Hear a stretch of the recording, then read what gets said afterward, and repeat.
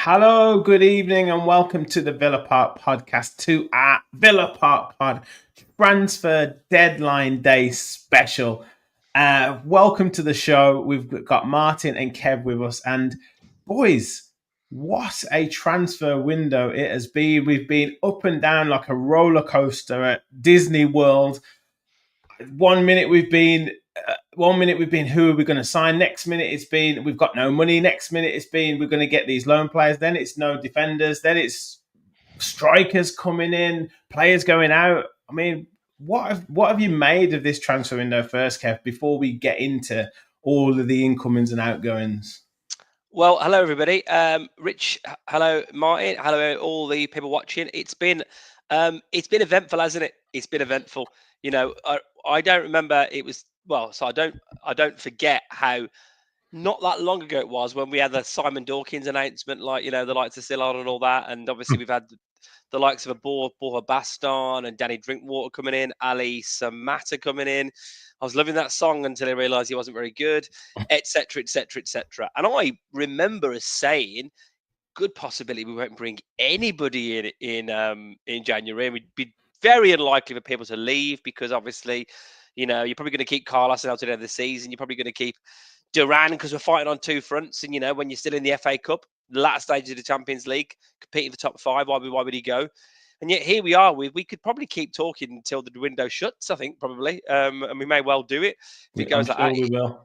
It's been eventful, but unlike Villa as well, normally we do our business early. Do you remember in recent transfer windows, we've got all excited saying we've won the transfer window because we did all our deals in like June, and then we realised we're signing nobody else, and when we're crying out for it. Well, now we're doing it all on the last couple of days. It does keep it exciting. And, you know, it is an entertainment business. So I'd like to thank Munchie and the rest of the guys for that. Over to you, Mark. Well, look, I'll come to you in a second, Martin. I just need to get into the comments. We've got over 200 people watching already, and we're hoping to break live news that the legend that is Axel Disasi already, and we'll get into that in a bit because a few people were asking me and I tweeted it, why are we saying he's a legend already? And we're going to get right into that. But a few comments coming in. Adam, 3 loans. Do we not have money or not allowed to spend again? We'll talk about why we're going for loans. I'll get your boys' opinion on that soon. Duncan said the Disasi deal is nearly done. Would complete a great window. Ken, Duncan, Morgan Rogers, you think he can team up with Marco Asensio? Well, look, that is an exciting signing. We'll get right into that. Richard's buzzing. Kevin said, will the Disasi deal shut up the panicking Villa fan base now? And Giante, greetings everyone. What a transfer window it's been from everyone. Dristos, good evening to you. John, good evening to you, mate. Good to see you guys. What a window it's turned out to be. It's certainly been eventful, as Kev said. Stephen, hello to you. Pretty good window. And we want to get everyone's ratings out of 10.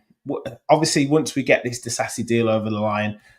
Evening to you, Flange. Rachel, evening to you. I've sent you a message as well, Rach, to pick your prize up. So please do reply. Carly, evening. And Mark, good evening to you, mate, and thank you for all your help with all the thumbnails. Mark is the man. And Nick, who does our theme tune, is going to have to do a new theme tune because all these players coming in and out. But Martin, what are your thoughts on this transfer window before we get right into the signings? Are you there, Mark? Sorry. He's really thinking about it. He's really thinking about it. Come on, Mark, sorry, you just went there on the internet for a second. Sorry, can you just repeat the question because I didn't exactly hear it. Of course, mate. Of course, it's that jet lag, isn't it? Still getting you from Australia. Thoughts on the transfer window so far? What? It's been a mad one. Well, look, it's been a mad one, but obviously you recalled me back from my loan spell from Australia because obviously I was down there just for a while. But then Rich decided to recall me back for deadline day. He says, Martin, I need you. You had enough sun, time to go back to the cold and dark weathers. I'm like, okay, Rich, just for you. Uh, but look, this deadline day has been absolutely mental. Even the last few days in the window, it was quiet for a while, and then I think with the sale of John Duran, I think that's really kind of like pushed us to get players in. Obviously, we had Daniel Malin and Andres Garcia come in before Duran was departed, but you know, you felt that was probably going to be it. If we didn't sell John Duran, we probably wouldn't have gotten a Marcus Rashford and Marco Asensio, and now potentially Zazie once that's confirmed by the club.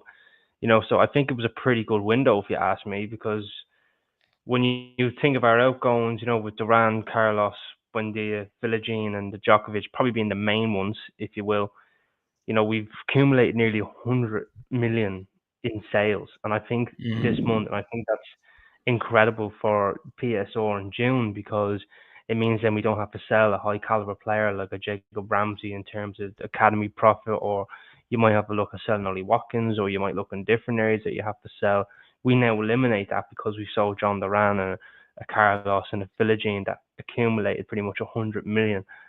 And then obviously with the loans of Asensio, Rashford, and now potentially Zazie, it helps us be in that PSR line that we didn't go and spend money on them. So that's where we'll probably get them a little bit cheaper in the summer if they impress, and we can bring that negotiation down a little bit. Yeah, I agree. We've got some ratings already. King Lalu says 10 out of 10. Best January's window. Richard Johnson said 11 out of 10 transfer window. Deontay 9.5 out of 10. Rachel 8 out of 10. Positions covered. Asensio really happy. Rashford needs to prove himself. Garcia excited by, and Disasi maybe a disaster, but we need a backup. Fair play. Monchi. Carrie says we sold the highest under 21 striker potential in the world on the cheap. Window can't be above a 7.5 for me. Ooh, that's a bit harsh. So look, interesting one. Guys, nearly 400 in the chat already. Amazing stuff. Thank you for all your support. And I just want to say thanks to everyone. I know I've done a daily transfer window roundup across January, across this window, but the support on the channel has been incredible. I think we've gone up about 500 or 600 subscribers over the last month, which is just mad. So thank you for all your help. Hit the like button, hit the subscribe button if you're new to the channel, and keep your comments flowing. I think my missus will be happy when I have a couple of days off from the podcast the next few days because it's been getting pretty tense. And I'm like, I'm doing another podcast. But yeah, I've got to do it, man. It's been so exciting. Every day we've been linked with someone, or someone's been linked with a move away. And let's get into the signings, and one of the most exciting ones that we've had in recent years. And that's not including the one we've had today, but announced last night, Kev, Marcus Rashford. I mean, would you have believed it 4 or 5 years ago that when Aston Villa were signing the likes of Borja Baston and just staying up in the Premier League, Manchester United were competing in the Champions League, Marcus Rashford was spearheading that challenge, and now he's leaving a club in a relegation battle and joining an Aston Villa side that are in the last 16 of the Champions League? No, I wouldn't have believed it.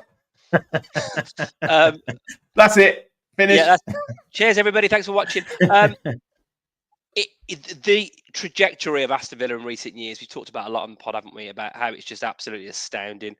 We wax lyrical about nostalgic sort of sentimental moments of yesteryear, but for a lot of Villa fans, those moments are, coming back from 1-0 down against Rotherham to win that match, and obviously the playoff final and Grealish's volley against Derby County, and that's not that long ago, is it? So we're talking like 5-6 years ago. For us to go, and then also we forget we had Steven Gerrard only about 2.5 years ago. We looked like we were heading back to the Championship. So it's not just, that signing of Coutinho was amazing. We get the Conference League, we get the Champions League, but when you sign players of the caliber, and obviously we'll come on to the other signing shortly, but I mean, Marcus Rashford, yeah, he's been off the boil, and there's a lot of talk about is his head right and the attitude, but there's no doubt about it. When he's on it, he's fantastic. He's got 20 goals, I think, for England, about 1 in 3 record for England. He's played tons of matches in the Champions League and Europa League, and Aston Villa might bring in a Luke Nillis when he's 33. You know, that kind of. You might bring in you might be linked with a Luis Suarez when he's 35. But this is Marcus Rashford, who is 27 years old, and he's come to Aston Villa. And the kicker for me is that we are absolutely irrefutably a massive step up from Manchester United in terms of setup, in terms of management, in terms of league position, in terms of opportunities for the player to develop further, in terms of opportunities for him to win competitions. I'm just having to pinch myself that we've managed to get. I mean, he was linked with Barcelona. I mean, we compete with Barcelona for players. Only last week we were hoping for the Barcelona result to be right for us to qualify for the top 8 of the Champions League. Pinch me. Just say Barcelona again. Barcelona. Do you want me to sing? Such a beautiful horizon. Sorry. It's just it's mental, isn't it? But I am absolutely here for it. Absolutely. Yeah, Duncan says payback for Dwight York. Yes, and if he could be our answer to Dwight York. He wants to come in and win the Champions League, and that's exactly what he can do. And look, Martin, you called this about 3 months ago, maybe, was it? I'm trying to remember when it was in the fans forum, and you went, do you know what? I think Marcus Rashford could be a good signing for Villa. I think we might do something with him. And look how happy he is. Look at him now. We've got the receipts. But yeah, fair play, mate. I guess what did you see in terms of that, the potential of that move? Well, the first thing for me was the environment of Man United compared to Aston Villa, right? And I done a few players and examples from the previous podcast that we might have done, I think, a few months back when I mentioned McTominay going to Napoli, who is now flourishing. Even though that's not a loan move, he was gone permanently. He's now flourishing in Napoli, boss in the midfield, really dictating and controlling games. And now I'm after seeing Anthony, who's gone on loan to Real Betis there, and his first match in, he's man of the match. You know, so to me, I just think the environment of Man United at this minute, for any player going in, is not great. And that's just the reality of it. I've yet to see, since the Ferguson era, as you want to call it, one player really go in and say, he's the main man, he's the marker, he's the one that's going to put United on the map. That hasn't happened. Like, we've seen these moves with Bastian Schweinsteiger didn't work. Zlatan Ibrahimovic worked, but second season didn't really do well. They tried to bring back Cristiano Ronaldo, and he even said, it's not the same Man United of old as it was a few years ago. And now for Marcus Rashford, you know, he's getting slated by Ten Hag, and then with the new manager, didn't really want them as such. So they then had to find a solution for him. And I called it straight away when the news came out onto the group chat. Straight away, I wasted no time with it and literally said, I think he would love it at Aston Villa in terms of battling for Champions League places. Unai Emery seems to get the best out of players. When you think about who he's brought in, he'd make players better.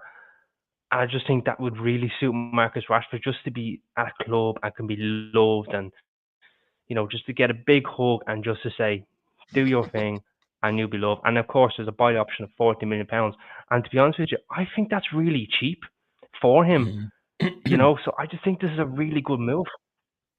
Yeah, agreed. Justin said, great window, boys. One of the best in my memory. And it's just, I think it's more the excitement of it as well. Like, obviously there's a bit of trepidation with some of the signings, and we hope that they all, you know, they work out, and I'm sure that they will. But I talked about Rashford, and I'm still a little bit on the fence with it. I still think it's the ball's in his court, Kev, to prove to Villa, and to prove, not necessarily to prove to everybody else, but now he's at Villa to kind of show that he's wanting a fresh start, and he's kind of ready to push on and ready to kind of leave that, you know, the Man United and whatever went on behind him. Because I imagine there's fault on both sides. There's obviously fault on his side. There's fault on the club. There's the various managers that have been.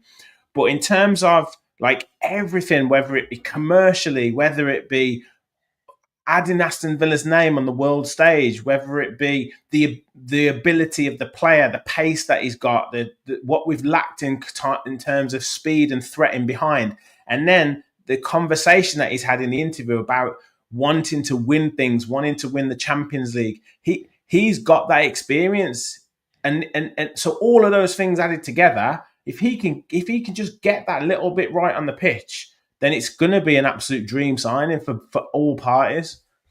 Well, I agree. I mean, the thing is with football, like any sport, is you're only as good as your last game, aren't you? Right? So, I mean, every single football player is always trying to prove themselves to be good enough, and if you drop form, then you lose your place. You get someone like Rashford, who's been not quite the player he was a couple of years ago. Obviously it's been a significant amount of time. He's still scored goals at times. He's had moments. You have to look at his last 12 months. He's still scored some really great finishes, but something's not been quite right. And the fear, I think, for all Villa fans is, and I was certainly one at the start. I was like, Rashford, no thanks. That was my first initial reaction. I've slept on it. I've thought about it. I was chatting to my cousin and my uncle over the weekend. I think they're watching, so big up to you, Tyler family. And we were talking about all of the people that have left Man United and gone on to do great things in recent times. I mean, Lukaku's obviously doing really well. McTominay's been absolutely flying. Anthony, as Martin mentioned there, Fred's been doing really well apparently, and you got to look at the environment sometimes. And the worry obviously is it going to be another Dele Alli type situation where maybe that a David Bentley, where that maybe that fire has faded and you never get it back. But if there's anybody that you would back to get it back, it's Mr. Unai Emery. And this team, yeah, it's been up and down. We're absolutely furious still about that Wolves result, but you can clearly see why he's made the additions that he's made, Unai, in terms of getting his team to be back at a higher level. And Rashford, I mean, he scored 30 goals in a season. Was it 22, 23? 30 goals in a season is a phenomenal output. And if he can get anywhere near that kind of form, let's look at it as well. Playing with Morgan Rogers, Ollie Watkins, Jacob Ramsey, some Spanish fella apparently we've signed. I think he won the Peace Cup, I think, and yeah, we'll come on to him. I don't want to steal our thunder, but I think everybody knows about Marco. You've got the likes of Pau Torres going to be behind him. You've got Yuri Tielemans and Boubacar Kamara, the best player in the world. It's just unbelievable. This team with this quality coming into it, I'm starting to get, what I get when I start to get a bit hyper and think we can win I don't think we're going to lose a match again, ever, like this season. I think that's it now. That's it. We could win the league. No, we're all rooting for Rashford. We're all rooting for him. Obviously, clearly he's a good guy. He's done all his stuff, obviously, with his kind of activism, and he's obviously had a bit of a hard time after the international tournaments and getting a bit of abuse. But it's all about what you do on the pitch, and he hasn't done it for long enough now, and he's going to need to prove himself. But what an opportunity and what a playground for him to do it in. And Villa fans will massively get behind him. We've got no doubt about that. We're an unbelievable fan base for players that come in. And wouldn't it be fantastic to see him, just getting a sparkling run of form where he scores, I don't know, 8 in 10 or something, and makes Man United fans start looking at what they're doing, etc., and pushes us to what I think is eminently still achievable, which is top 5 qualification for Champions League next season. Yeah. For me, it's actually let's get into some comments because we've had so many coming in. So T-Banger says Rashford didn't look fit in the pictures. He better be here to win, not just to warm a seat. 100%. And I think he'll be doing some kind of training individually and get himself up to speed. It's now or never. David said Rashford will win us a trophy this year. Ben76 said regardless, Rashford will have eyes on Villa for better or for worse. Bear in the Garden says depth to the squad allows the club to take on all 3 competitions without running out of steam. I think that's one thing that we've really needed, particularly at the moment. Lucas says it's toxic at Man United. It's a fresh start for him. I can't wait to see all the new signings. I think it will give the team a boost. I absolutely agree with that. Peter says he's not excited about Rashford. I think he's a head case, and as soon as it's clear that he's not going to be starting all the time, his attitude will go south. Interesting. Setter Stain says, great window. Dr. Ali said, greatest window ever seen. Ronan said, yes, great window on paper. Let's see them on the grass. Exciting few weeks and months ahead.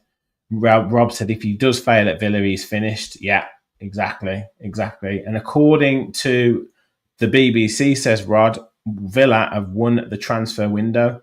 Doesn't feel like that way to me, but it's nice to see outsiders think we did well. I think it's basically because we've signed some players and quite a few clubs haven't signed anyone. So that's interesting.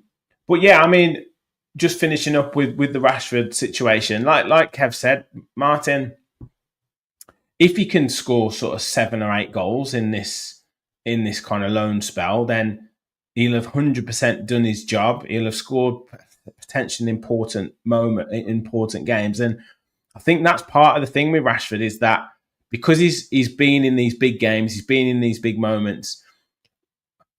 One of the positions or one of the characters or personalities that we haven't necessarily got in the squad at the moment, I hope Rashford, and we'll talk about Asensio in a minute, can bring is that ability to, I'm coming back to a Steven Gerrard thing here, but to produce in a big moment, to score from 25 yards or to do something in a game, particularly in European football, that will decide a game. And because Rashford's been performing in big moments, whether that be internationally or for Manchester United, he's probably got that pedigree, if you like. Yeah, absolutely. And he's produced it before. I mean, that memorable comeback, obviously, for Man United fans, being 2-0 down against PSG and coming back to win 3-2, and Marcus Rashford, stepping up to that plate and getting that all-important winning goal. And, you've seen him score from range. You can see him get goals from out wide, centrally, and he's got this, real, in a way, in his own little way, he's got a real leadership quality about him, because obviously he has the off-field stuff that he really is a role model and a good figure for young kids in football. It's not just about being a professional footballer. Here's what else you can do, and like we've always been touching on, Man United really is a toxic environment, and I don't think Man United fans were starting then to appreciate Marcus Rashford because he started to perform poorly. And then the United fans really turned on him. I mean, that's his own Canary boy. That's when you really have to lift your players. Yes, you're going to have bad games at any level, doesn't matter who it is, but then it's important to lift them up. And, he then succumbed to that where he didn't really perform then as much. But we've seen in the past what you can do. We can really, create big moments. He can decide games, and he can really hit one from range. He's an incredible free kick taker, dead ball specialist as well. I mean, these are all qualities that I think were missing at this moment in time. And if he brings us up that level, all the players will have to come up with him. So I really do think that he can add a lot of goals to our team. If he gets into the double digits of 10, that he's really performing that well, because, you have to remember in seasons previous, his goal and assist involvement were incredible. At the very first season, probably 11, and it was going up and up and up, and as high as was 45 goal involvement in terms of one season. I think that was in the 22-23 season. That tells me that's an incredible footballer that's just ended up not being loved and couldn't produce these moments anymore because confidence is knocking him down. And now he's going to come to Villa, and if he gets that confidence back, that might be the Marcus Rashford of old we're going to get, producing big moments, really showing leadership quality, and being loved by the Villa fans. And then if he does well, we've got that option to buy him. And now, of course, there's this thing with his wages, which that's going to be another debate, I think, in a few months to come, if we can bring that down or we won't accept it to come down. But for now, let's enjoy the moment. We've got a player like Marcus Rashford in the door, who typically actually relegated us a few years ago and is now playing for us. Life just comes at you full circle. Yeah. Kev, last word on Rashford. We'll get a few comments. I mean, someone mentioned about his penalty conversion. Brainley Bryan said Marcus Rashford has scored all 11 spot kicks he's taken since October 19 and has a penalty conversion rate of 90% in his professional career. And then someone did say, did he miss the pen in the Euro final v Italy? So that might be domestically. But he certainly probably got a better record than Ollie Watkins. But yeah, final word on Rashford. I mean, the fact that he's chosen Aston Villa, was this a kind of an offer of convenience, or do you think it is actually that Aston Villa's reputation and name is now starting to ring out? Obviously last 16 of the Champions League. How much weight does that carry with players in terms of the reputation that Aston Villa carry now? For me, it's huge. I don't know if we'd get any of these players if we were not in the Champions League. I think they'd probably all have Champions League options, or maybe Disasi might have, might be able to just stay where he's currently living and just travel to Spurs to get some first team football. There's no doubt for me that being not just in the Champions League, but being automatically qualified for the last 16. Absolutely, Paul's stealing my thunder shortly. Totally agree. So we're, you can say to a player now, we're in the knockout stages of the Champions League. And like we spoke about on a recent pod, and I've made this point in the last, few decades, you've had the likes of Benfica, PSV, Porto, win the Champions League. Teams that maybe aren't your Real Madrid, Barcelona type clubs. Well, Aston Villa, with the manager we've got and the pedigree we've got, we're in it. And if it could happen, we're still in the FA Cup.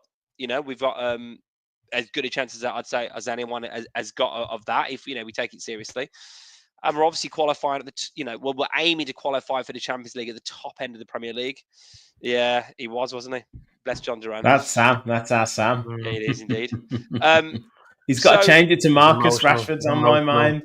He's got it because he's now the number 9, isn't he? Yeah. So I just think, like, obviously the trajectory the club's been on, we're now in a position where we can start to attract these top players. I think Villa fans have been waiting for it. I think we felt in this summer window, we didn't really get that superstar player that we thought we were going to get. Obviously, Maatsen was a really good signing. Jury's still out in terms of how good he will be over time, but we know he's got loads of potential. Anana fitted him in the dressing room fantastically, but not necessarily played as much as we thought he might do. And we've talked a lot about, is Barkley our best signing of that transfer window, when actually we just qualified for the Champions League. We lost Diaby. Obviously, Douglas Luiz went. So to now be in a situation where we're bringing in Marcus Rashford to bolster this attacking line. I think someone put a comment earlier as well about all the players that have gone out, all the players we've replaced him with, and it's just a clear upgrade. Yeah, I think I might have started it. I think I have. I hope I did. Yeah, I hope I did. I'll try and find it. But yeah, if I see my ex walking down the street with, like, I don't know, Zac Efron, I've just got to go, fair play. And it's kind of like that now with some of these Villa players that have moved on. You replace Philogene with Marlon. You replace Duran. I know people are saying, like, the best player potentially in the world, but he's only scored about 9 goals, I think, for us, or 10 goals, or something. I don't know, maybe 12 goals. Not many. And he's clearly not as good an all-around player as Watkins. Bags of potential. Would have loved to have kept it and seen what happens, but we don't know how that's going to turn out. So, yeah, the profile of the club. But the final point I make is we have got, I've said it before and I'll say it again, I think the best manager in the world in terms of Unai Emery and what he's done for this club, and what he's done over his career with what he's been working with. If you let me manage Bayern Munich, Barcelona, and Man City, I'll win a few titles. Don't you worry about that. So Unai, the pull of Unai, the pull of the club, the tradition, the history. I don't think it harms having an Adidas kit as well. That kind of brand and that coolness behind it. So yeah, it's a great time to be a Villa fan, and what an exciting end to the season we've got coming. Yeah, definitely. Well, look, we hope Rashford does well. He's definitely on our mind, and he's Villa's number 9, as Mr. Sensible says there. Now, I just refreshed. I haven't seen news of Axel Disasi as yet, but we will be the first to bring it to you if it comes before or around that 11 o'clock deadline. We've got a super chat from Micah of 10. I'm not sure what AED is, but thank you so much for that. What are the 4 transfers for Aston Villa this summer window? Well, Joe Felix met anyone for the summer? I think the summer window. No. Let's move on for that. Right? I think the summer window depends on who we're selling. I think Sam had mentioned it, and one or two others about kind of maybe some of the, the John McGinns, Matty Cashes, even Leon Bailey's, those players leaving, and then depending on who comes in to replace them, I think that's the issue. And if Marcus Rashford does well, we sign Marcus Rashford, so that's probably one of them. But I think it would depend on who goes out in terms of what happens. Maybe right back is still an option, and another centre forward probably. Watkins could go. I saw somewhere that Villa told Arsenal that they could have him for 60 million, but they only wanted to offer 40. Wow. So that could be interesting in the summer. So I think everyone's got their price. But obviously this FFP and PSR has really thrown everything up in the air. Duncan said Felix, Cunha, and Frimpong. There's no way that we're getting Felix in anymore. There is just no way. We cannot do it. It's UAE money. Oh, thank you so much, mate. Much appreciated. So let's talk about the next signing that happened today. They kept us waiting, Kev. But he finally, because we heard yesterday he was coming for his medical, and obviously I think they wanted to give the time for Rashford to get announced. And then I think 5 o'clock this afternoon, or was it 5 or was it 7? 7 o'clock. Something like that. Marco Asensio was confirmed as a loan signing for Aston Villa from Paris Saint-Germain. Now, I've been through his record quite a few times in terms of his pedigree. And this guy, when we talk about Champions League experience, when we're talking about big game experience, this guy absolutely oozes it, Kev. Quality player. What's he doing at Aston Villa? Why is he here? What does he know? We're in the Championship, aren't we? No. He's just an absolute quality player. He's 29 years old, not long turned. Multiple Champions League winner, won the La Liga. I think someone said he's won the World Cup. I don't think he's won the World Cup. I think he's won the Nations League. But he's got loads of Spanish caps. He's at PSG, and look, they've got some good players in wide positions, and he's maybe not. I don't think it's as bad as it used to be if a player wasn't getting in the team. There's a lot of good players that don't get in the teams that end up moving on. You've only got to see Kevin De Bruyne and Mo Salah as an example at Chelsea to know that in recent times. But yeah, he's a quality player, absolutely, like technical ability, shooting from range, close control, dribbling. He's just a real creative, top quality player, and I still can't believe we've got him. You add that to the forward line. I mean, it's a different look entirely. You can see why they were looking at maybe letting Bailey go, because if you've got Asensio on the right, you've got Rashford coming in from the left with Watkins, with Marlon kicking around, with Jacob Ramsey, with not forgetting Morgan Rogers. We've now, I think, got some real potent options, but not just potent options, experience, quality. That means a hell of a lot. We've been talking a lot about Morgan Rogers, how well he's doing, first Champions League appearances, and Jacob Ramsey getting his first Champions League goal. And, obviously we did really well at the start, but then we've probably lacked a bit of nous in those games against Monaco and Bruges away from home. Well, you've got two guys there in Rashford and Asensio who've got absolute bags of experience, including winning it 3 times for Asensio. So, wow, what a signing that is. Yeah. And also the fact it plays second fiddle to Rashford says everything you need to know. Imagine if we'd have said we're going to sign a guy that's won the Champions League, who's in his 20s, 3-time winner, and we won't talk about him until 30 minutes into the show. Mad. Well, exactly. Martin, are you with us? I think you might be having some Wi-Fi problems. Yeah, he's froze. Yeah. Got a few comments coming in. Dean says, bring on the Galacticos. We're the new Galacticos, Kev. We are the new Galacticos. George MT says, Rashford, Morgan, Asensio and Watkins up top. T-Banger says, great player, Asensio. We have to keep him happy. I did get one slight negative from him. But Carl said, as a huge fan of Liga, and I would say he's dropped off very much, especially speed. Buyers beware. And Adam said, at this point in his career, is he much better than Buendia? This isn't Real Madrid Asensio. Now, I have to admit, I don't know much about him. When he was playing in his Champions League prime, I guess we were in the Championship. So it's a difficult one. But Martin, I think you might be with us. What does Marco Asensio bring to Aston Villa, apart from, I guess, the experience, the big game experience, and the the pedigree?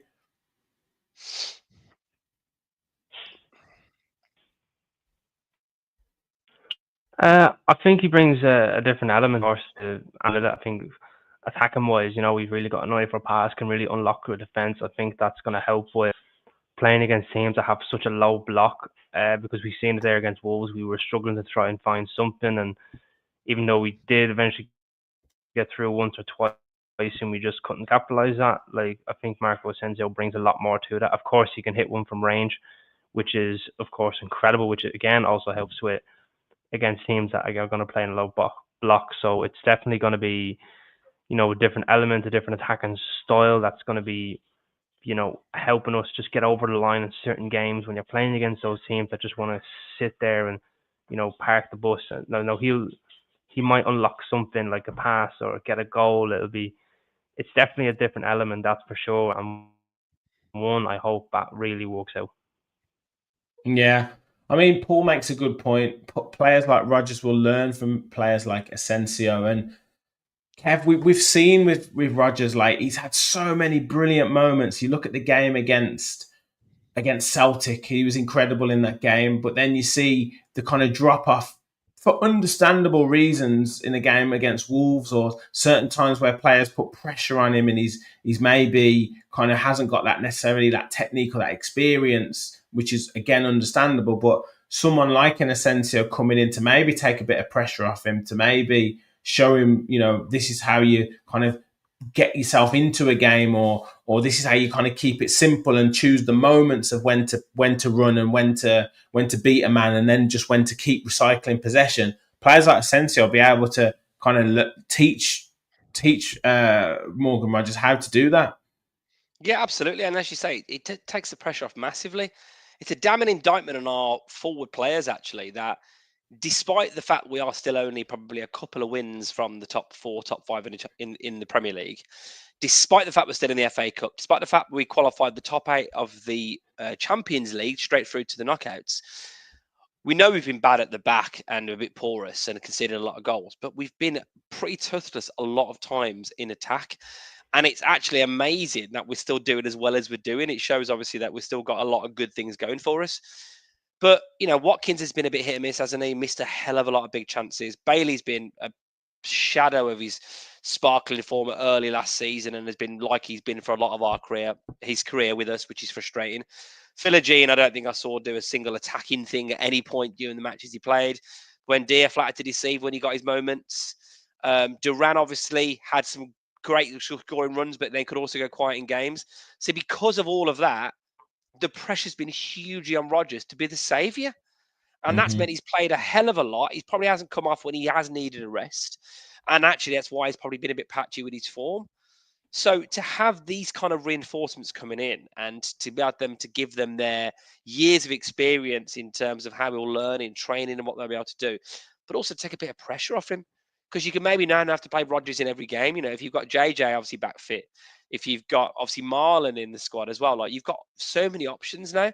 And that can only be good because, we were talking not that long ago about Rodgers with his playing for under 21s, playing for Villa. Is he tired? Is he getting a bit burnt out?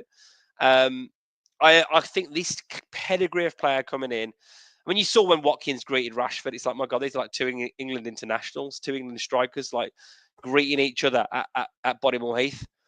It's a pedigree of player now that it's only going to do good things for this club as long as they apply themselves in the right kind of way. Exactly. It's not a retirement home and all that, but yeah, it's and they're still obviously good ages, aren't they? Yeah. Mike says, think of Snodgrass in the Championship and pump him up to Champions League quality. Well, look, if Asensio bangs in a last-minute winner against Liverpool, like Snodgrass did against Sheffield United, he'll be all right in my book, I tell you. The limbs in that away end at Sheffield United away in 2018 was absolutely incredible. So yeah, he'll do all right for me. Adam says Rashford is a great ball carrier. So are JJ and Rodgers. Bailey used to be. Yeah, definitely. JP76 says I don't think any of them would have signed without Champions League. Shows the progress we've made. These are great players under the right coach and system. In Emery, we trust. Absolutely. This guy says play Marco on the left side. He will provide you assists.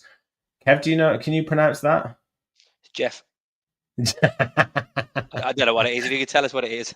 Yeah, that would be amazing if you could. So just brilliant. Yes, we are just right. We're going to hang around until 11. Absolutely. And we've got over 700 people in the chat, which is absolutely amazing. I think that might be a record for us, to be fair. So please do hit that like button and hit that subscribe button. Help us on the road to 6,000 and ultimately on the road to 10K. Have we got any news of Disasi? Lots of people talking about the deal sheet going in. Lots of people saying that he had his medical in London. Anything on Sky? Anything on social media, boys? Well, you were rabbiting on earlier, with all due respect. So I muted you and I turned the volume down, and I turned it up on Sky when it came from Villa Park. And the reporter there, she was just saying that, Villa want to get it over the line, not confirmed yet. All the usual stuff. She should have just basically said, "There's no update." That would have been it, Yes. but it doesn't feel Sky Sports News, does it? So there's No. no reason to think it won't happen. Obviously, he's been desperate to come to Villa ever since he heard the A of Aston Villa were that we were interested.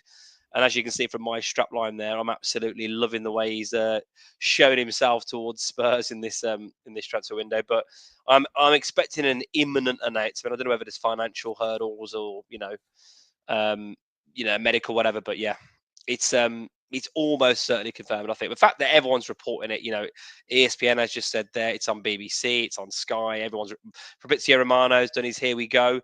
So here we go, Axel Disasi. Yeah, and we'll talk about him if and when it's confirmed, or just before it's confirmed. I know Fabrizio is confirming maybe as we speak. I think TNT Sports have said something there as well, but we'll give it a minute. But let's not forget, Martin, that we've signed a couple of other players as well. Daniel Marlon in the door earlier on this month, and Andres Garcia. I mean, difficult debut for Garcia on Saturday against Wolves, but Kev mentioned particularly about Daniel Marlon. I mean, sort of selling Jaden Philogene for 20 million and then bringing in Daniel Marlon for, I think, maybe even less than that. Yeah, a player who's played in the Champions League, a player who's played for a big club like Dortmund, a player who is a Dutch international. I mean, this again is a great signing in terms of potential and pedigree, isn't it? And someone again who maybe has lost their way a little bit, who can rekindle some of that form under Emery at Aston Villa.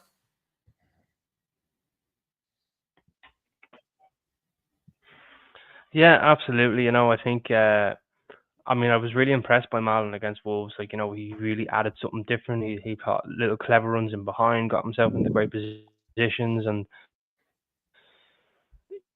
to replace Philogene with him, I think it's an incredible, player that was playing in the Championship. You sell him for £20 million, and you go and get a Champions League level Dutch international for nearly the same price, which is incredible, and still keeps you within PSR. And then you've got Andreas Garcia. Yeah, difficult debut. I thought he done really well in the first 15 minutes, but then as the game he kind of faded away from that, and he really wasn't up to the task. Like I said, going into a debut in a Midlands derby, I don't think would have suited him, but unfortunately we were in that position due to Matty Cash being injured. I do think there's a player there in Andres Garcia. He done well to get a lot of crosses in. He's confident in being a player, so it's definitely one to keep an eye on. Overall, I'm happy with the two players, but we have to see what happens. Yes. Now, Sam has said, "Are you reporting live from the moon?" So your internet was a little bit in and out there, mate, but we'll keep persevering. Just Rice said he's calling the Disasi announcement at 5 to 11. There's a few people jumping off, but don't worry, we'll keep with you. There's nearly 700 of us in the chat. But Kev, I mean, Martin said there, Marlon looked threatening. It's probably not his best position up front, and he made a couple of chances. His movement was good. He was quite direct, and same with Garcia. It's a tough game for him to go into, and I did feel like the players didn't necessarily pass to him as much as they should. But yeah, it's not necessarily a game to judge them in, but the signs are good, and we've needed the backup in these positions as well. Yeah, well, I'm just buzzing about the two absolute screamers I saw Garcia score on YouTube, so that's enough for me. Yeah, that's enough. Yeah, they just signed him up on the back of that. Get him in. And Marlon, I mean, let's not forget, created a couple of chances. He scored a perfectly good goal. He should have had his first goal for Villa. And, he should have. His first real, set of minutes that he got. I know he got a brief cameo before, didn't he? So that's really disappointing that he didn't get a chance to get that under his belt. But it's way too early to talk about, how effective these guys are going to be. Garcia, absolutely. Do you know what? As well, the more I think about that goal that got disallowed, and the Irish lads, the Villa podcast lads, actually summed it up really well. I was listening to them this morning on the way into work, and I was like, "There's no way that linesman raised his flag because he thought that Morgan Rogers had interfered in the play with Semedo. There's absolutely no way that he thought that. He thought that Marlon was offside." Yeah, absolutely correct. And again, like many of these situations recently, like the Duran, remember him sending off at Newcastle? Just go to the bloody monitor. I mean, why have the monitor? Do you might as well just smash the monitor down? So might just knock it over. There's no point having it if they're not going to go to it. Like, it's ridiculous. Because everybody I've not seen a single person say no. I do think that was not a goal. Everybody I've seen anywhere say it's shocking decision, and it makes a difference, doesn't it? Because again, I know I had a bit of banter in our group saying, if that goal had gone and it would have left obviously Wolves to have a question to answer, they would have attacked more, would have left more room in behind for Bailey to fall over into. Lols. Yeah, but because that was so frustrating. I don't know why I was wearing ice skates. But it's a different game, isn't it? So you get frustrated because they score a second on the breakaway at the end to get 2-0. But if we get it back to 1-1, the momentum is with us, and there's a good chance we can win that game. So these decisions do bloody matter. They absolutely do. But yeah, back to the point about the guys. It's just too early to tell. But Garcia, I think he's got good pedigree. Been a bit of talk about, and I'll probably come on to the outs, but the Nedeljkovic obviously going, and people are saying, well, he's going to the Bundesliga with a top team, and we've got Garcia from the Spanish second division, but Nedeljkovic hasn't really done much. He's had a couple of moments, but he hasn't really impressed anywhere near enough. And we've got to trust Unai's decision making around this kind of thing. And if the rumours are right with what I've seen about Nedeljkovic, and if the figures in terms of if there is a buy option to sell him or talk about what the deal might be, I think it would probably be double what we paid for him. So you can also remember we're not a total just a business, but if we can bring in a good young player and double our money on them in a season or so with minimal cost to the team, then that's just sensible football. That's what good, sensible football clubs do in this kind of era, and I'm okay with it. I trust the management team. I trust that they know what they're doing, and if Garcia is going to be process. Trust the process, as Mr. Vidagani said the other day when everyone was getting on his case. Where's all the signings? And I love that calmness of those 3 words. Trust the process. Well hopefully they've shown it, haven't they?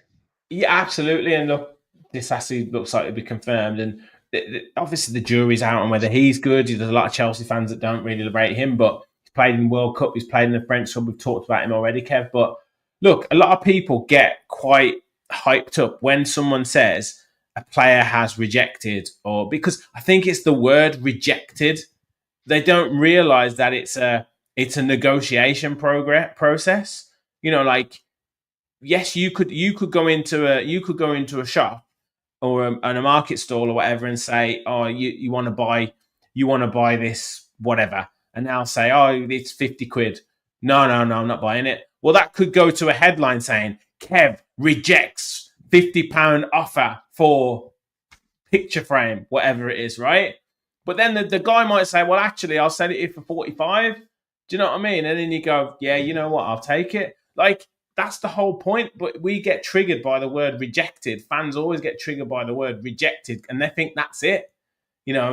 Or Villa pulled out of the conversation with Chelsea today. Clearly, Chelsea and Disasi wanted a move, and clearly someone was trying to play a bit of brinkmanship, whether they were trying to get additional money or whether they were trying to see what happened with a player or whatever.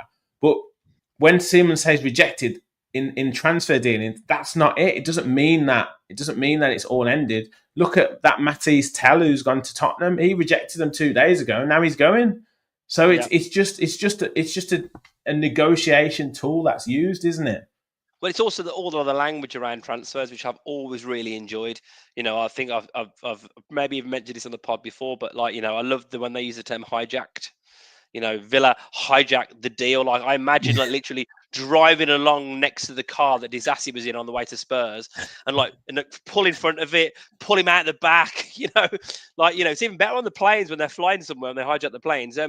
They do it, don't they? Hijacked, it's just all of this hyperbole around it all. And or so-and-so's got a 60 million war chest. And War chest is a great one. you imagine like this massive like box with 60 million pounds in it. Do you remember DuckTales? Yeah. Dumping in the money. Oh God, Yeah. I'm so old for mentioning that. If you remember that in the chat, you need to get your hips checked. Yeah, like I love it all. It gives it a bit of aura, doesn't it? Yeah. And yeah, look, who knows what goes on with the machinations of some of these deals and whether it actually is at some club. I mean, I did hear about the Matthews Tell one, for example, that Man United didn't think there was enough value in the deal. I heard this in Sky Sports News earlier. The fee they would have had to pay to get him. He's not obviously a prolific striker in terms of the goals that he scored. That's probably why Arsenal didn't look at him, because they're looking for an out-and-out striker who's going to get you 20-odd goals a season. Ollie Watkins type sort of player. So it looks like he said, aha, in your face to Man United, I'm going to go to Spurs, which obviously is a little bit embarrassing for Man United, but actually the reality isn't that. But I do think with the Disassi one, he's probably thinking, I'd rather be going to Aston Villa in the Champions League than Spurs, who are in obviously the Conference League, and that does make you feel pretty good, doesn't it? That we've managed to get one up there, and all of the reports were that he'd said no to Spurs pretty early on. It looked like it was back on for Spurs. This has actually been the biggest sort of hokey cokey type deal, because it was Spurs want him, and he's agreed terms with Villa.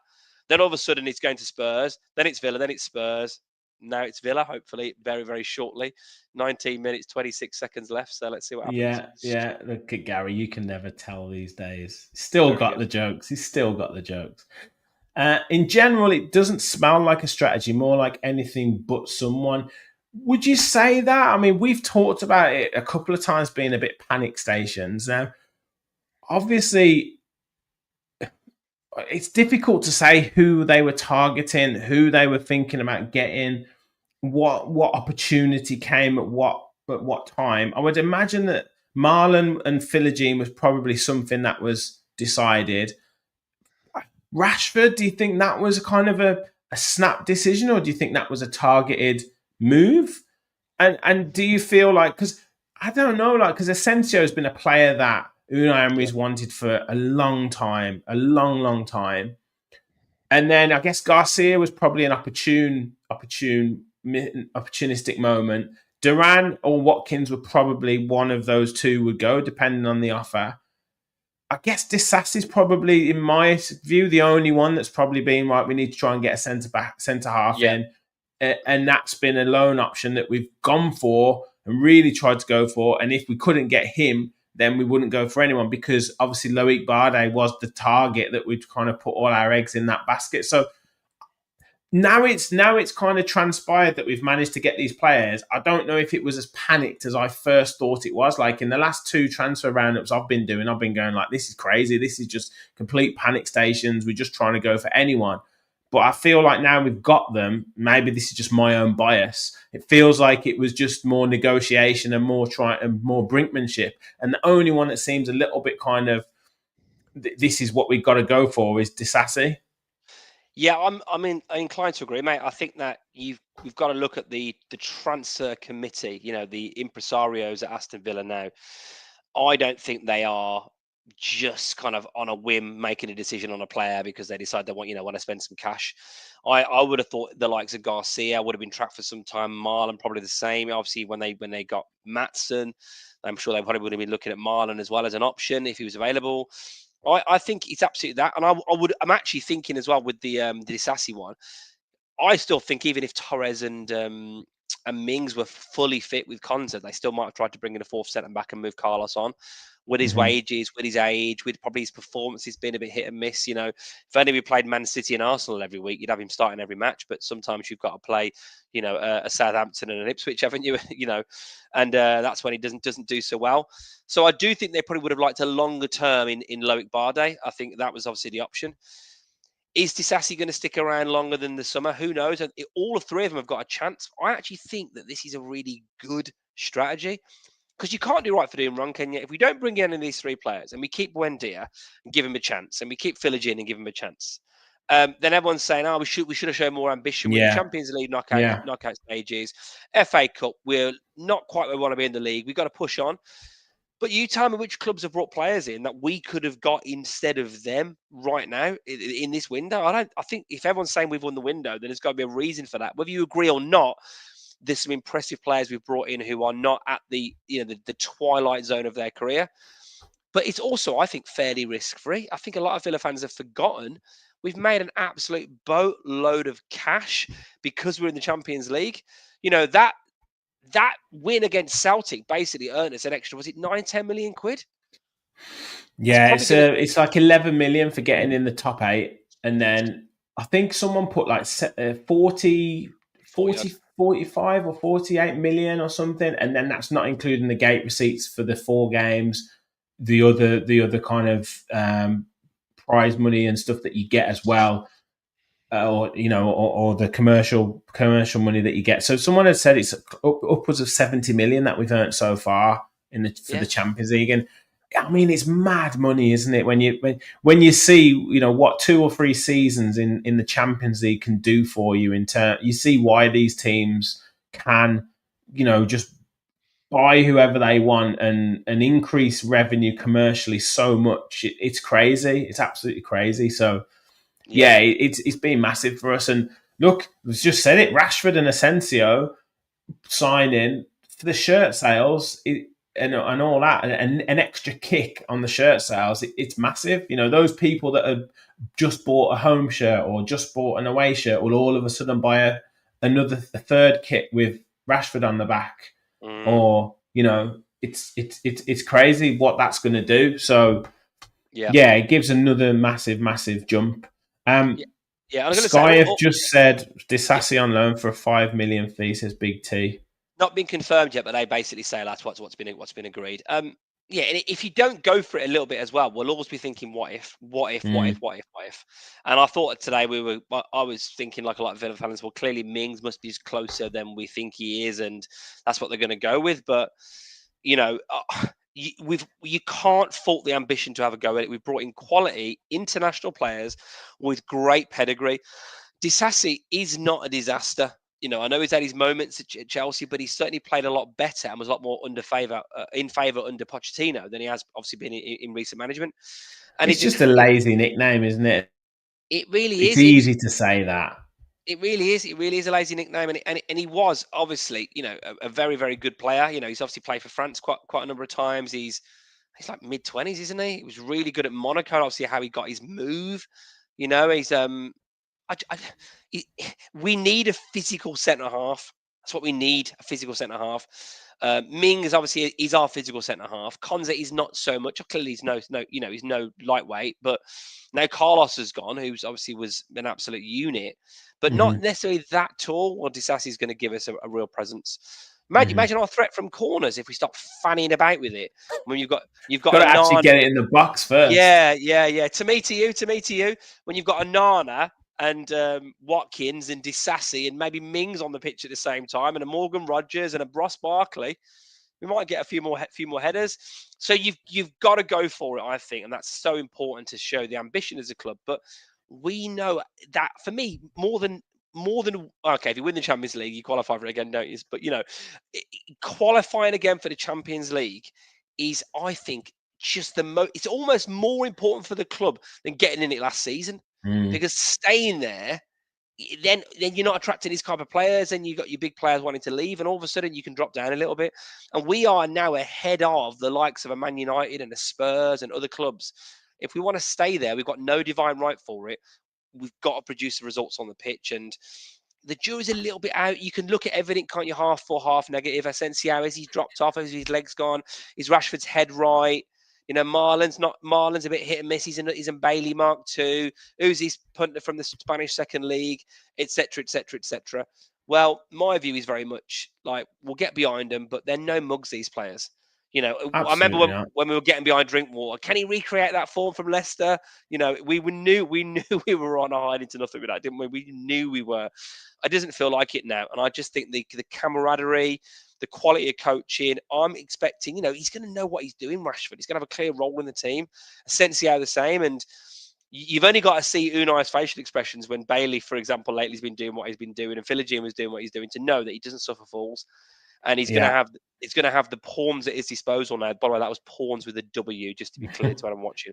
At his disposal now to use on the chessboard. So, yeah, it's a really, really exciting time. Yeah, I had the quotes from Marco Asensio on Unai Emery somewhere on social media. I've lost it now because I've scrolled through, but just basically saying that he was the main reason for him coming and signing for the club, because he wanted to work with Unai, which makes a huge difference, doesn't it? He's tweeted out, excited to start this new chapter at Aston Villa, grateful for the confidence and looking forward to seeing you at Villa Park. And I think the boost that it will give to the players is huge. Absolutely huge. To bring in some new blood, to bring in some new signings is absolutely massive. And like what we've said throughout the whole thing, it's on those players now to prove it and to give the existing squad that boost to kick on and keep pushing. And even if it brings out a better Morgan Rogers or a better Jacob Ramsey, or dare I say a better Leon Bailey, just for having these people behind them, or them coming off the bench and making an impact, because that's what we've missed as well, the impact that players have had off the bench just because they've kind of started and then they've just fizzled out during games. How many times have we said that already this season, Kev? Like, we've started the game slow, then we've played really well for 55 minutes, and then we've just fizzled out because we've been trying to get back into a game, or we've been trying to put all out to create chances, because we've invariably let a goal in on their first shot on target. Well, now the players can go at it for the first 15-20 minutes because there's equal, if not better, quality to come off the bench. Yeah, the finishers. One other point to make as well, I meant to say earlier about these guys coming in is, they're all professional footballers, and if they've got a short-term deal with Villa, then if you don't produce the goods, you don't perform, Rashford's not going to be able to get in the move that he wants after this. He might have to take another drop down, potentially go back to Man United with his tail between his legs and see what he can do there. He's obviously under contract. Disasse's going to want to, get a decent move. Again, he's, I think, 26 years old. Asensio, you get these kind of players, people start saying their legs have gone, then they go to MLS or Saudi or whatever, but, he could still be playing at the top level in 3-4 years' time. Why not? So and this gets often overlooked, it's on them as much as it is anybody else. They've got to perform, but they've got to perform because they want more than just this 5 months. They've not signed to a 3 or 4 year contract where they could potentially take it easy if it doesn't work out. I felt we saw a much hungrier Coutinho when we signed him, obviously on that loan period, than we did obviously when he, injuries I know affected him, but it was a different type of expectation that you have to deliver. And I love that. Nothing better when there's pressure on. And I think these players, they've all got something to prove, haven't they? Didn't work. We wanted Asensio a couple of years ago. We preferred PSG, obviously they Champions League, and it hasn't quite worked out from there. Show him what we're all about. Imagine if we drew him in the quarterfinal and he played. You know what I mean? It's just, all these things that could be happening. The Disassi could, I don't think, can play in the FA Cup, can he? Because he's cup tied. No, which is a shame. No, it is. We've got nearly 700 still in the chat, which is absolutely amazing. Thank you all for your support. Please hit that like button. I think someone mentioned we've got 130 likes. So I don't know how many are watching on YouTube. I don't know how many are watching on X. But if you are on YouTube, hit the like button. Totally free. Subscribe to the channel as well. Again, totally free. If you do want to become a member, then please do click the join button. It's just $1.99 a month, and you can become an official Villa Park Pod follower. Rachel won a prize. We do prize draws for members as well. So please do. If you want to drop any super chats in to celebrate deadline day, then please do drop a super chat in, and we'll make sure we read that comment out. And yes, we know we're in deadline day, and it's been an eventful deadline day for Villa. It's been an eventful January window for Aston Villa. Let's talk a few outgoings to round off the show, and we'll hopefully get the Disassi official signing on live. But let's talk a few outgoings, because Carlos went on a permanent deal to Fenerbahce. Someone joked that we were going to bid 20 million for him today. Yeah, brilliant. I love that. Duran to West Ham. Duran to Al Nassr for £64 million, I believe. And then the loan deals, Emi Buendia to Leverkusen, which a little bit left field to me, but good move for him. Nedeljkovic to Leipzig. again with an option to buy as well as Buendia. Still Swinkles to Bristol Rovers. And then we've seen Travis Patterson, young player, go out to MK Dons. Caden Young go to Antwerp in Belgium. Good experience for him. And Louis Barry, of course, going to Hull City. So lots of movement out of Villa as well. And you talked about the money that's been brought in, but that kind of, I guess, even the loan deals for some of the younger players to give them that experience. And Joe Gauci going out to Barnsley. Barcelona, Barnsley, similar cities, aren't they? Similar cities. The architecture's similar. The nightlife, the beaches in Barnsley are unbelievable. But yeah, Ealing Junior as well to Borough. He played tonight. Actually, they lost against Sunderland. But yeah, some a lot of moves for players out of Villa to whether that's on loan or loan with the obligation or options to buy or straight transfers. So a very, very busy time for the club. Yeah, I've just got visions of Joe Gauci at Barnsley train station going, This is shit. Yeah. Monchi told me Barcelona. I'm so annoyed. He's got his Spanish lingo book as well. Anyway, we'll move on from this. I've laboured this joke now. Yeah, it's clever. You're not stockpiling players. You're moving them on, but we're also putting them in the window to show what they're all about.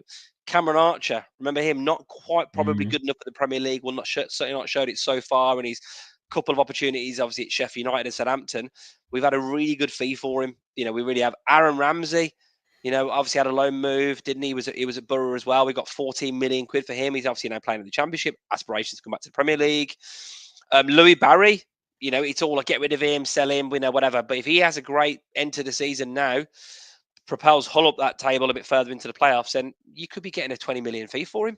Mm-hmm. This is absolutely essential for the club. You're also giving players an opportunity to play, aren't you? But you're also saying if you ain't good enough, and that's the thing. I thought someone said in the chat about Costa Nedeljkovic.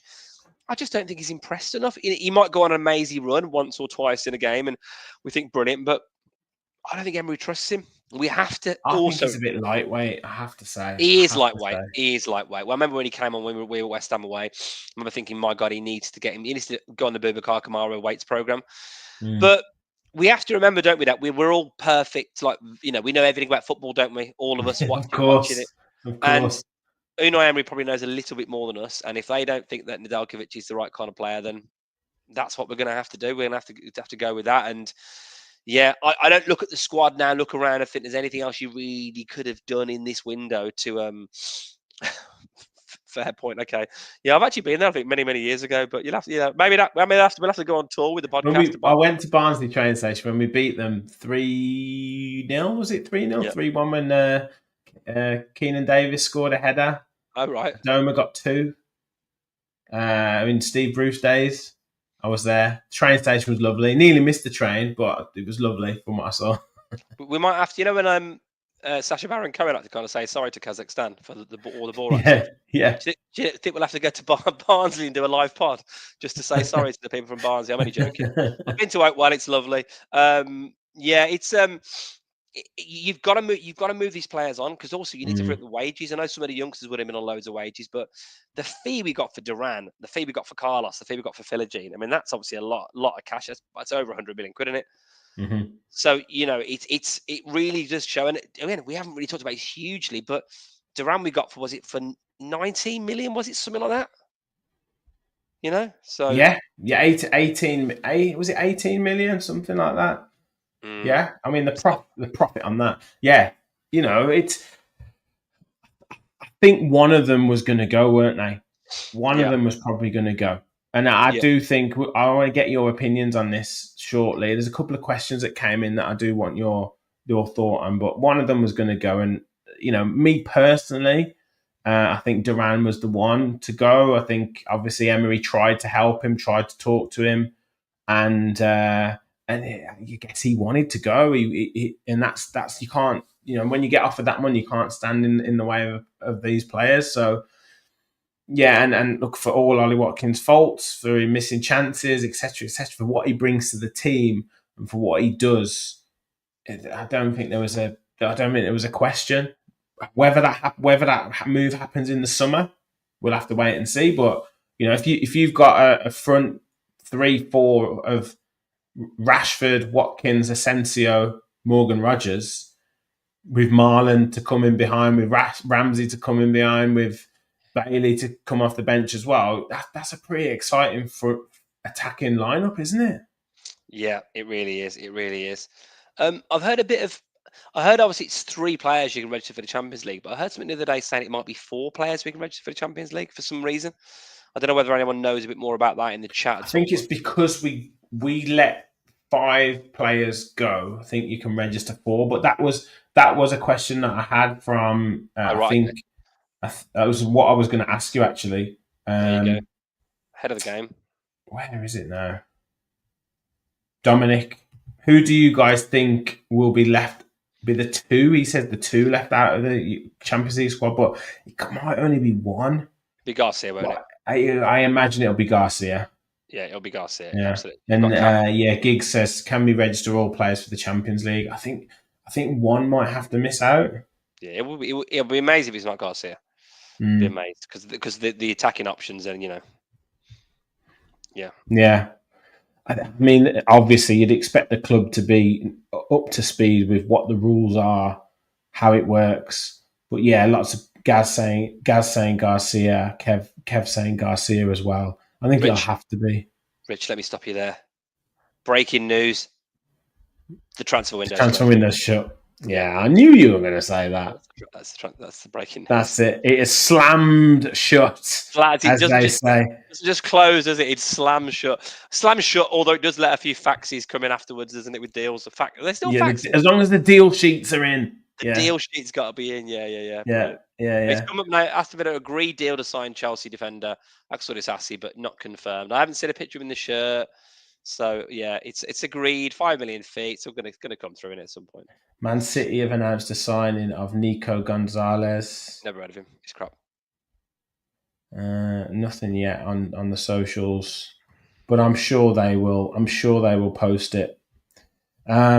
Window closed. Imagine that's another one, isn't it? The transfer window slams shut. Imagine just someone at Sky Sports just slamming a window down. Yeah, but you know what? It's at some point it'll happen, won't it? You know what I mean? Or live on air, they just cut off. That's it, done. That's it. It's over now. Yeah. These players are running to try and get through the window, and it just closes, and that's it. They can't get through. I remember being about 13, 14 years old, so back in the 1940s, lols. And I remember my mum, when she used to do a bit of ironing, men can also iron. I do a bit of ironing times. The iron was a bit dodgy because we were a bit poor living in Ward End, Birmingham. And every time she turned the iron on, it would cut all the electricity off. Now, I was like 4.5 hours into sensible world of soccer, taking Leyton Orient from League Division 3 at the time to the Champions League with Don Goodman up top. And yeah, I wouldn't have picked him if I known what a crap commentator he was going to be. And all my career was gone. It just shut down like that. So, yeah, I know how they'll feel if they ever do that. Well, what a window, Rich. What a window. We've had outs, we've had ins we couldn't have imagined. It's now time for work, isn't it? It's time for these players to get on that training pitch and get it all going in terms of what the plan's going to be. So, someone said in the comments we need 9 out of 14 wins to get to Champions League, or to get. Oh, mate, I don't know if that's Champions League or that's top 5, but the work is there to be done. It's there to be done, mate, and that you bang on. Mark says if more than 5 players on the club's list A are no longer registered with their national association as playing for the club concerned after completion of the league phase and before the start of the knockout phase, the club may register 1 additional player, i.e. a total of 4 new eligible players for the remaining matches in the current competition. Yeah. So it'll be Garcia, I imagine, who will be out. Yeah. Wow. Everyone talking about Villa, eh? The shirt I've seen as well, like loads of people on Twitter today who are clearly not even Villa fans saying supporting Villa now, mate. Supporting Villa now, bruv. So come on, bruv, get on board the Claret and Blue train. We'll have you, even if it just gets a bit of shirts on sponsorship, and then you go and support whoever else Rashford moves to. But we'll have you for a bit, get some money in the coffers. Yeah, absolutely. just in terms of, I guess, the transfers moving forward into the summer, someone asked about us bringing players in. I mean, would you imagine a big rebuild in the summer? Would you imagine kind of some of the old guard, shall we say, moving on from Aston Villa? Well, it's whether it's on our terms or their terms, isn't it? But the good thing about Aston Villa now is it's more likely going to be on our terms. You can see the kind of sentimentality of Watkins wanting to go to the team he supports. They've showed interest now. So I wouldn't be surprised if that happened in the summer. I really wouldn't be surprised. Obviously, we then have a real shed load of cash to do something with it.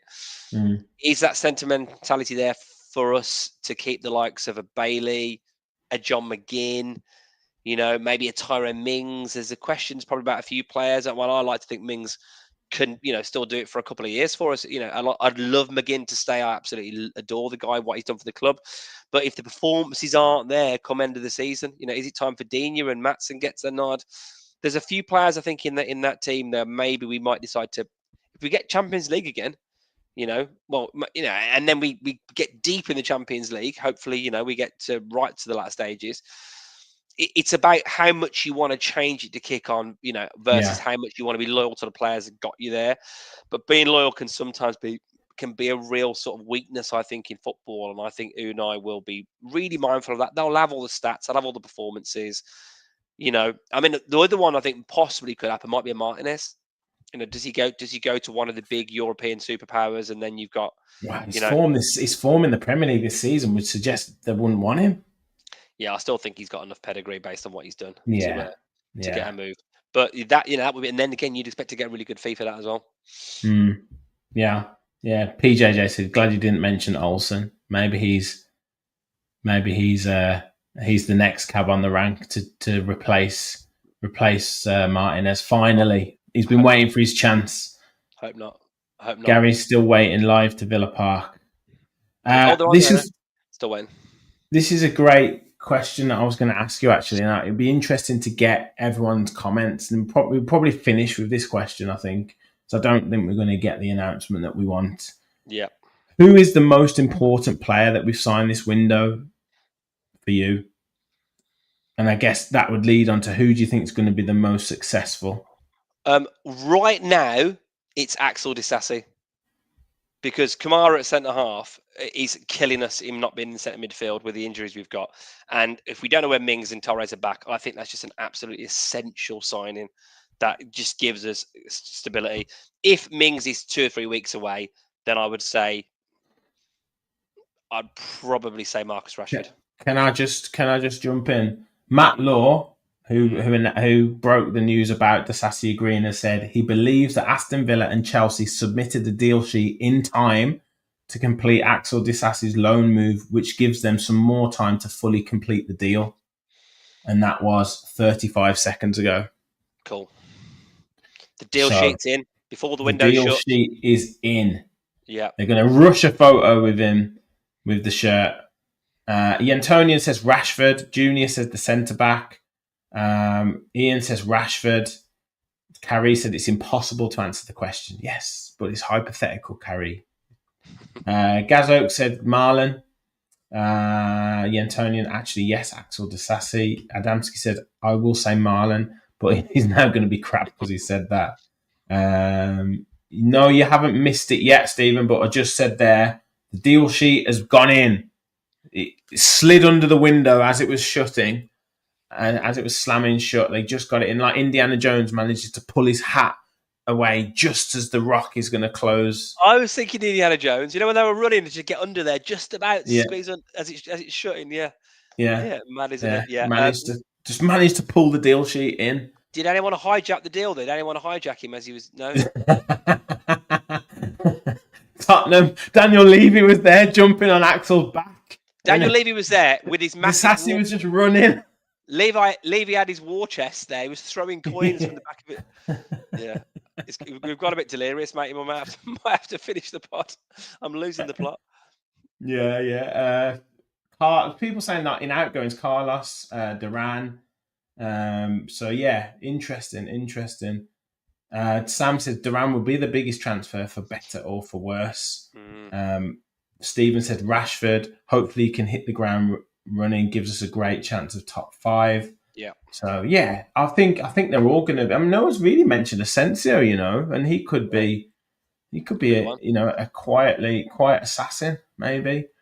Well, I was going to ask something else there, and I can't remember what it was. That's it. Ronan says, yet to be done. It will be Kamara's contract extension. Yeah, that will be the most. Now, that is one thing we need to do now the window's shut, don't we? Yeah, definitely. He's our key player, isn't he now? Mm. Key player. If you want Kamara to sign a new contract, please like the podcast, because nights like this are like Christmas for Santa. This is our busy time, isn't it, with the channel we're trying to grow. So it helps more people find us, helps all that algorithm business. So yeah, please, if you want Kamara to sign a new contract, get those cheesy YouTube people, hit like to see more content.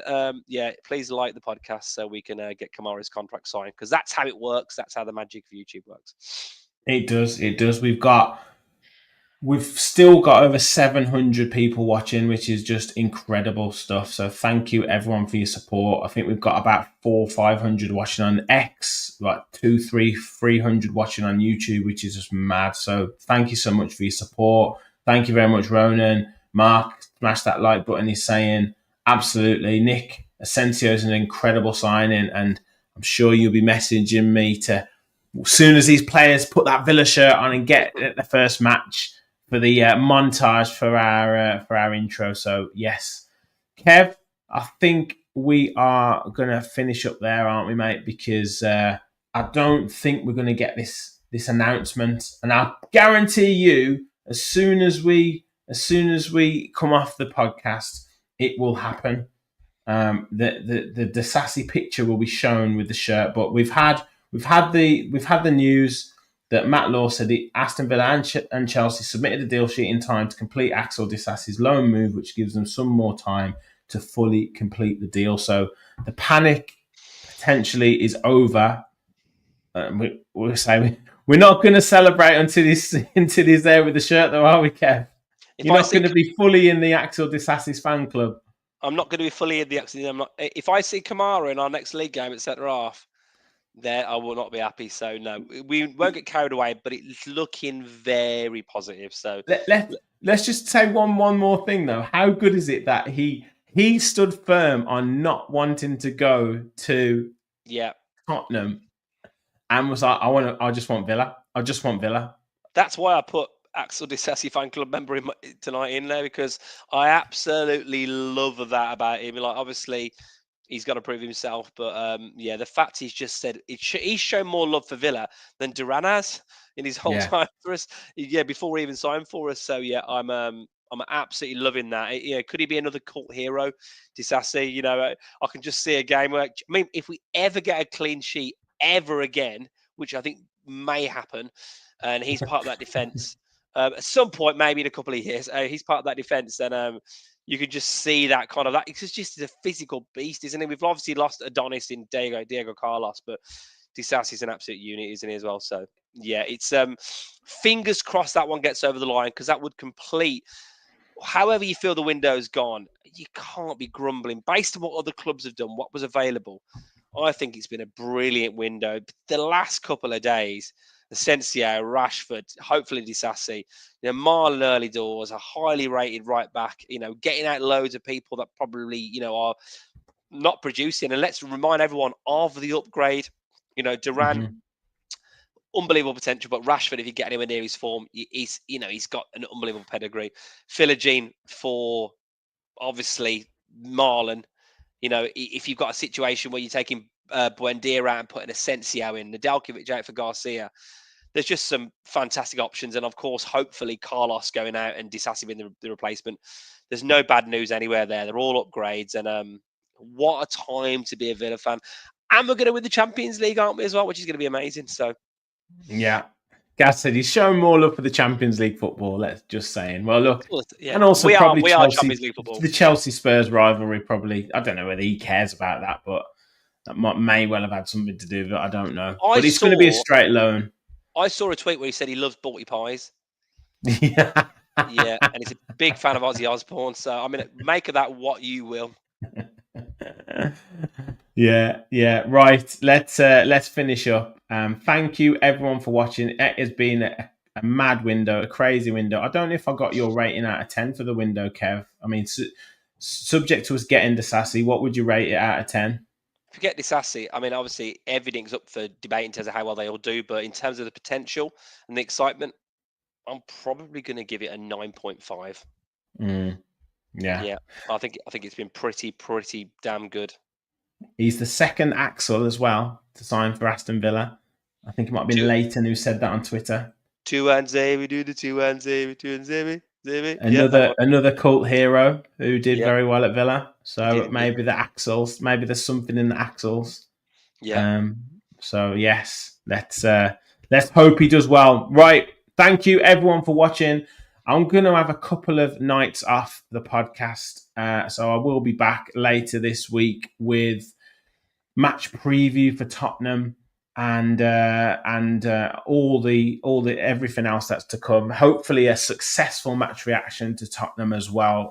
We want to get through in the FA Cup, and then obviously it'll be back to the normal fans forums and all that jazz as well. But yeah, every day doing a transfer roundup. It's been absolutely brilliant, but I'm going to have a couple of nights off. So, yes, make sure you smash that like button and hit that subscribe button on your way out if you haven't already. The support on the channel this month has been crazy. Thank you. I think we've had 500-600 extra subscribers. We've doubled our viewers. We're approaching 1 million views on the channel since we started as well. So, amazing support. Thank you, everyone, for your support. It's been a crazy transfer window. Brilliant for the channel. Thank you, everyone. We'll be back, like I say, later on this week with more shows, Tottenham preview and everything else. So, Kev, thank you for jumping on. Martin, thanks for jumping on before. Thank you all for watching. And as always, remember, we'll follow the Villa.